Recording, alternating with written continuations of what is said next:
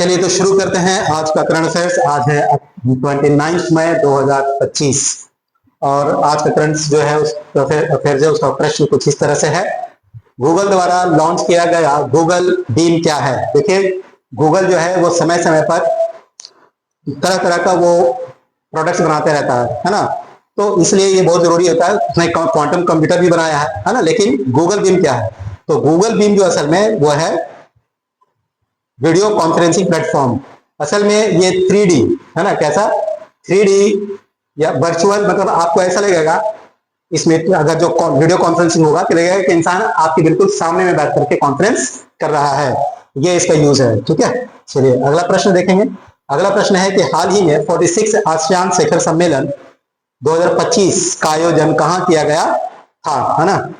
तो पहला पॉइंट है 46, दूसरा है आसियान, ठीक है। तो इसका जो सही उत्तर है वो आपका होगा मलेशिया, ठीक है। मलेशिया में किया गया था। इसके बारे में कुछ और जानकारी हम लोग ले लेते हैं।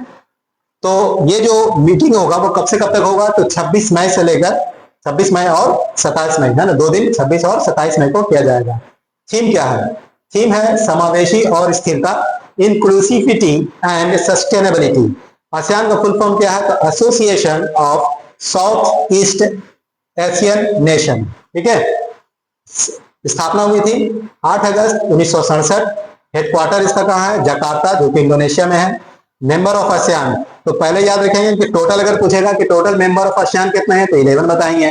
कौन कौन से हैं अगर ये प्रश्न करेगा तो बताएंगे Brunei, Laos, Cambodia, Indonesia, Malaysia, Myanmar, Philippines, Singapore, Thailand, Vietnam, Timor Leste. बहुत याद रखिएगा कि तिमोर लेसेते के बारे में बताएंगे। इट इज अ लेटेस्ट, है ना, मतलब कि अभी तुरंत जस्ट या कह ले last member of the ASEAN कौन बना? तो तिमोर लेसेते बना। एक चीज।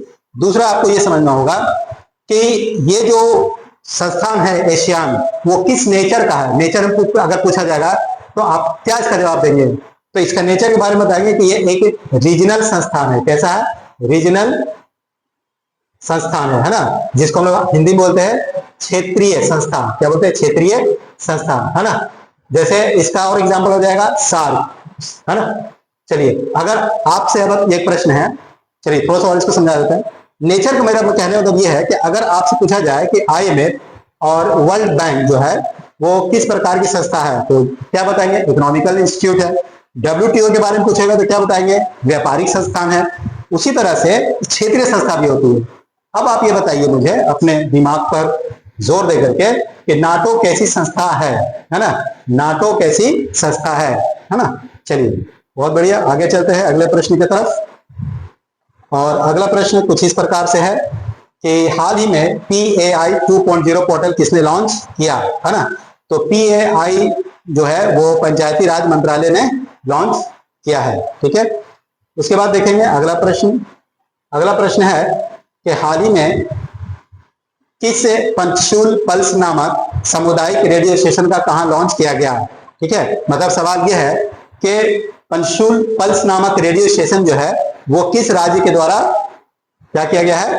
उसको उद्घाटन उसका किया है, उसकी स्थापना की गई है। तो इसका सही उत्तर होगा उत्तराखंड। इसका सही उत्तर क्या हो जाएगा? इसका सही उत्तर हो जाएगा उत्तराखंड। खास बात इसका क्या है कि ये 12 किलोमीटर तक इसका रेंज होगा, यानी कि आप 12 किलोमीटर दूर तक इसको सुन सकते हैं। इसका थीम क्या है?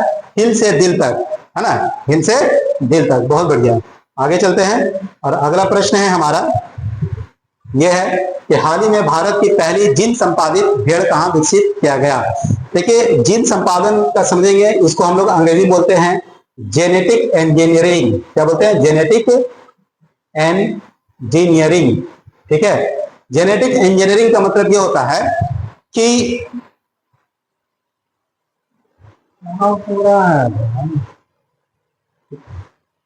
ठीक है, तो जेनेटिक इंजीनियरिंग का मतलब ये होता है कि जो स्पेशीज में, चाहे इंसान हो चाहे एनिमल हो, उसके जो DNA होते हैं उसमें चेंजेस करना।